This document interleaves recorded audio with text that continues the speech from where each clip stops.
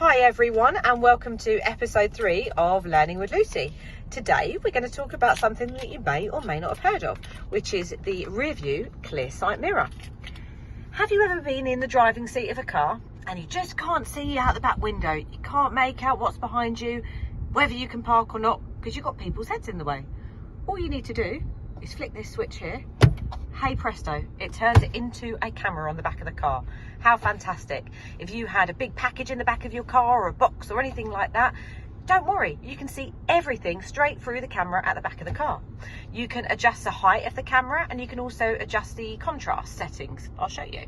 So if you tap this button here, this will change the height and this will change the contrast, so making it dimmer if you prefer that at night. Hopefully you've learned something today.